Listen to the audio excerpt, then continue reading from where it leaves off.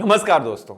मैं पिछले 2 साल से इंटरमिटेंट फास्टिंग कर रहा हूं और जब लोग ये सुनते हैं तो उनका एक ही सवाल रहता है, क्या तुमको क्रेविंग्स नहीं होते? क्या तुमको भूख नहीं लगती? तो इसीलिए आज हम बात करेंगे फूड क्रेविंग्स रिड्यूस करने के बारे में जब आप फास्टिंग कर रहे होते हैं। तो हमारी बॉडी एडजस्ट हो गई है और हम हर दिन ऑलमोस्ट सेम टाइम पे खाना खाते हैं, लेकिन फास्टिंग स्टार्ट करना और खाना ना खाना बहुत डिफिकल्ट हो सकता है जब हम फास्टिंग स्टार्ट करते हैं। आपकी बॉडी फैट को कम करने में मदद कर सकती है। तो मैं आज आपको बताने वाला हूं कि कुछ टिप्स जो ऐसे हैं जो आपकी फास्टिंग के दौरान हेल्प कर सकते हैं क्रेविंग कम करने में। तो सबसे पहला है ब्लैक कॉफी।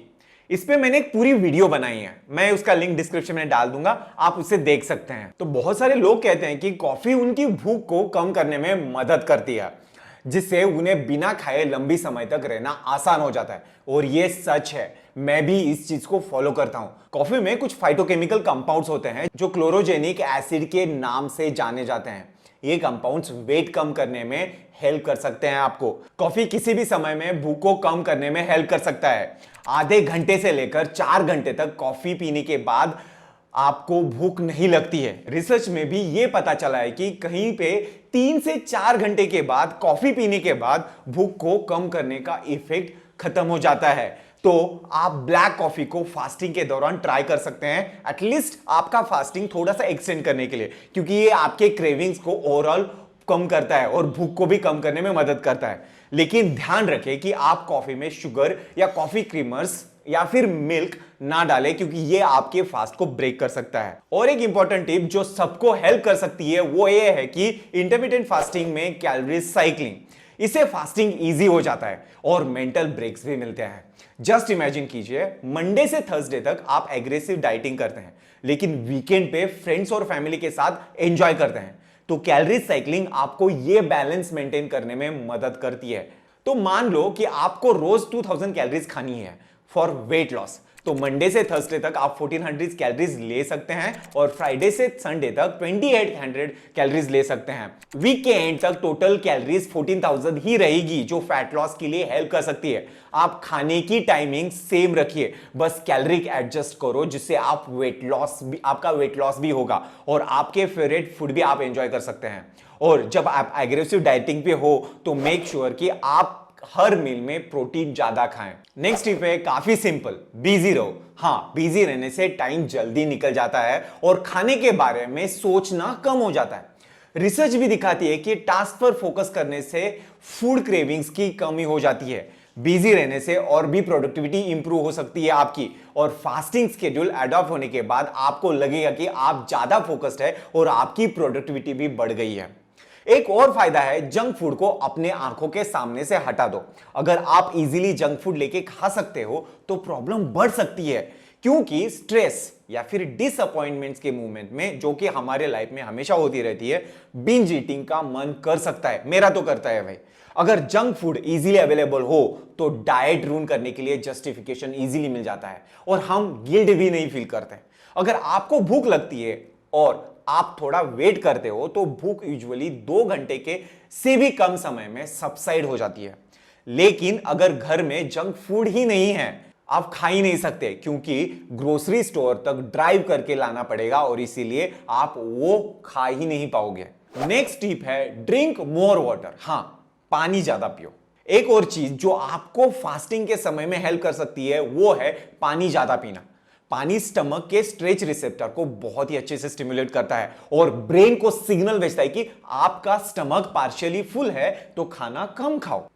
कुछ स्टडीज में यह भी दिखाया गया है कि पानी हंगर पर सिग्निफिकेंटली इंपैक्ट करता है।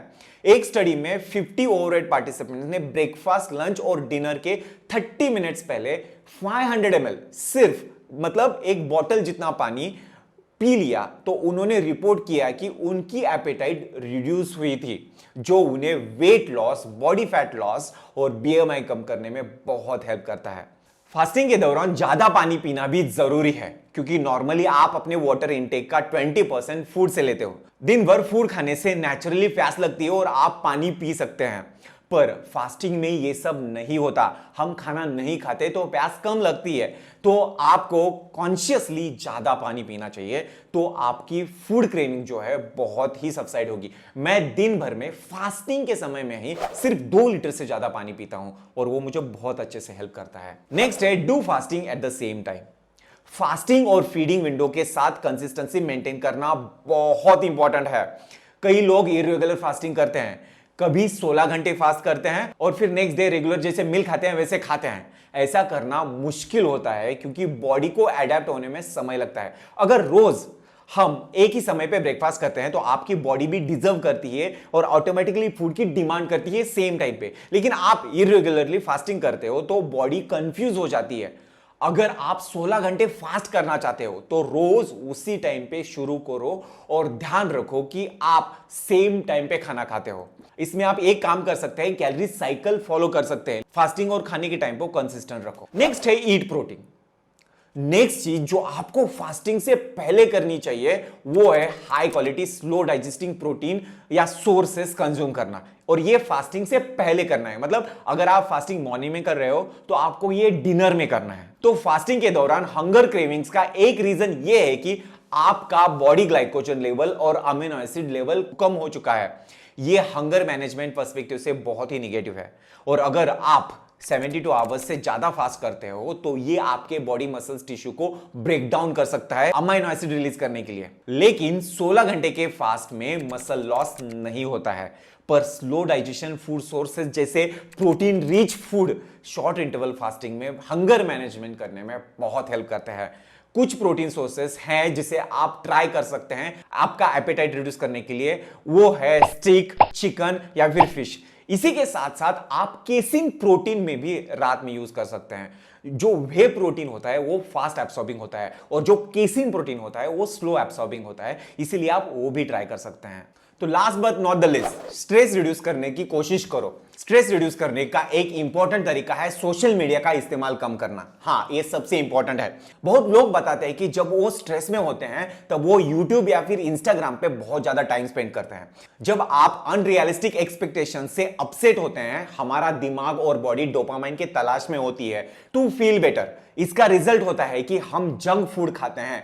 सोशल मीडिया एक बड़ा स्ट्रेस ट्रिगर है जो लोगों को बिना वजह अफेक्ट करता है, इसीलिए उससे अवॉइड करना बहुत जरूरी है। रिसर्च के मुताबिक लगभग 40% लोग हंगर क्रेविंग्स फील करते हैं जब वो स्ट्रेस में होते हैं।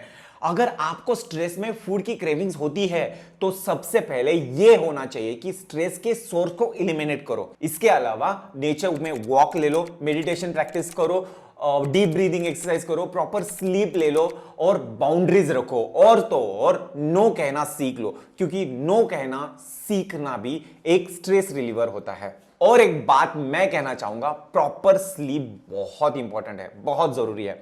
स्लीप डिप्रिवेशन से हमारे बॉडी में हार्मोनल इम्बैलेंस हो सकता है जो भूख को बढ़ा सकता है, इसीलिए proper sound sleep is very important.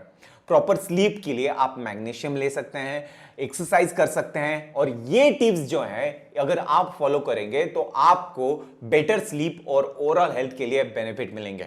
तो गाइज यही था आज का वीडियो। आई होप कि ये वीडियो आपको पसंद आया होगा, और अगर आया है तो आपको पता है क्या करना है। क्या करना है? चैनल को सब्सक्राइब करो भाई, और बेल आइकन को दबा देना, और लाइक और शेयर तो जरूर कर देना। तो मिलते हैं अगले वीडियो में, तब तक के लिए धन्यवाद।